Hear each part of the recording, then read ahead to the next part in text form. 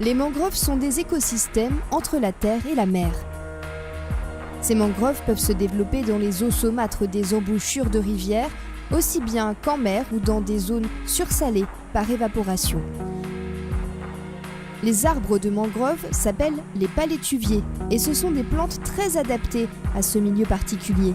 Ils sont capables de se maintenir dans des environnements inondés en permanence ou de se passer de l'eau durant la marée basse.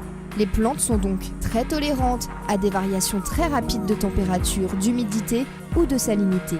Une vraie prouesse physiologique et architecturale. Et il y en a d'autres. Leurs racines peuvent se développer dans des environnements sédimentaires privés d'oxygène. Les palétuviers ont une extraordinaire capacité de régénération par semis de graines germées sur l'arbre. Les mangroves ont la particularité d'apparaître et de disparaître selon les courants et la sédimentation littorale, parfois à grande échelle, comme en Guyane. Les mangroves se trouvent dans des zones côtières calmes et peu profondes. À échelle mondiale, elles occupent les 3/4 des côtes tropicales.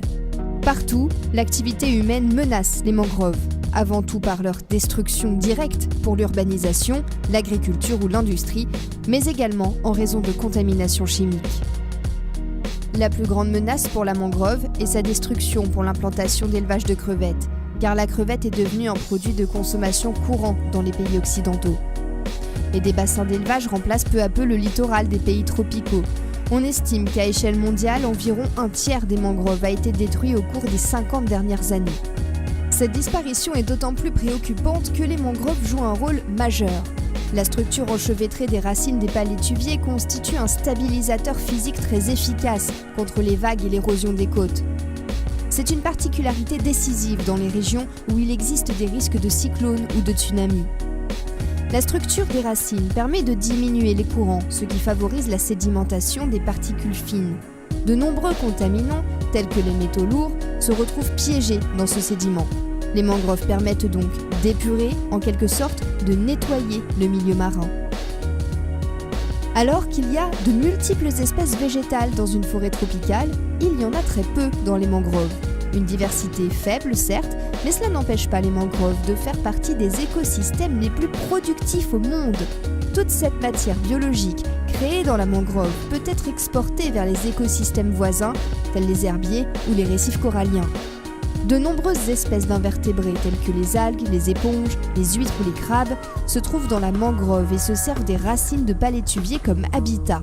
Les mangroves, et tout particulièrement les îles, accueillent des colonies d'oiseaux marins.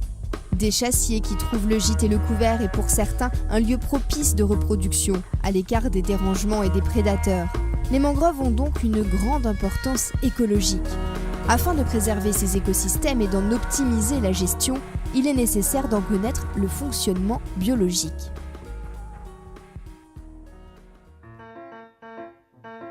En Guadeloupe, les mangroves couvrent une surface de plus de 3000 hectares, dont 80% sont localisés dans le grand cul-de-sac marin.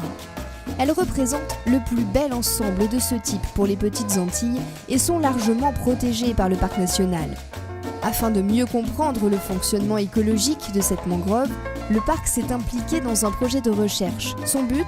Chercher à déterminer le régime alimentaire des jeunes poissons dans ce milieu. Il y a 4 étapes dans le cycle de vie des poissons : œufs, larves, juvéniles et adultes. Pour la majorité des poissons, les larves vivent d'abord au large, puis elles rejoignent les zones côtières. Pour la première étape de ce projet, il a fallu trouver un moyen de capturer des larves. Dans un premier temps, c'est donc un filet épibentique qui a été déployé. Ce filet racle la surface du fond de la mangrove pour récupérer la faune mobile à la surface du sédiment.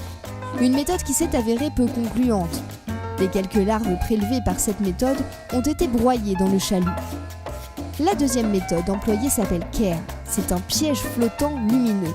Les pièges CARE, développés par la société Écocéan, sont constitués d'un système de flottaison, d'un caisson intégrant la source lumineuse et d'un filet conique, terminé par un collecteur. Ce piège doit être posé le soir pour qu'il puisse pêcher pendant toute la nuit. Mieux vaut le poser quand la lune est noire, pour plus de visibilité de la lampe. Les larves sont attirées par la lumière et vont explorer le filet à la recherche d'un habitat.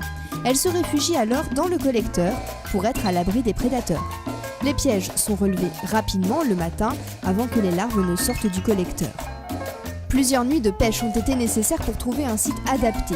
Ce site doit être suffisamment profond, le courant doit être réduit et il doit être éloigné des villes et de leurs lumières parasites qui rendent les pièges moins efficaces. C'est au niveau de la pointe à Lambie, dans le cœur du parc national, qu'un site s'est révélé efficace. Un premier moyen d'évaluer le régime alimentaire des larves a été de sacrifier quelques individus pour examiner le contenu de leurs estomacs. Cette approche s'est révélée inadaptée, car une fois dans le piège, les larves ne s'alimentent plus. Conséquence, les estomacs sont vides au moment de la relève des filets. L'énorme avantage de la méthode de piégeage CARE est que les larves sont capturées vivantes. Ces captures ont permis de réaliser des expériences en aquarium avec des larves vivantes afin de mesurer leur ingestion de différentes proies possibles, dont fait partie la méiofaune. La méiofaune, ce sont des organismes de petite taille faisant moins d'un demi-millimètre et plus de 63 micromètres. Ces organismes sont très diversifiés dans les sédiments marins. C'est là que les isotopes stables entrent en action. L'azote 15 est un isotope stable qui est naturellement présent en très faible quantité dans l'environnement. De la méiofaune a été prélevée sur un terrain et mise en présence d'une importante quantité d'azote 15 avant d'être mise en contact avec les larves de poissons. Si les larves de poissons sont enrichies en azote 15 au contact de cette méiofaune, on peut en déduire qu'elles en ont consommé. D'autres petits crustacés qui vivent dans l'eau, les Mysidae, ont eux été marqués avec du carbone 13. Selon le même principe, l'enrichissement des larves de poissons permet d'évaluer les préférences alimentaires des larves pour la méiofaune du sédiment ou les crustacés qui nagent. Cette méthode semble adaptée d'après les résultats préliminaires. Elle devrait permettre de mieux connaître le rôle de la méiofaune dans le régime alimentaire des jeunes poissons de mangrove. Comprendre ces liens qui structurent la chaîne alimentaire et positionnent le rôle de la méiofaune aidera à mieux appréhender les fonctionnements de cet écosystème original.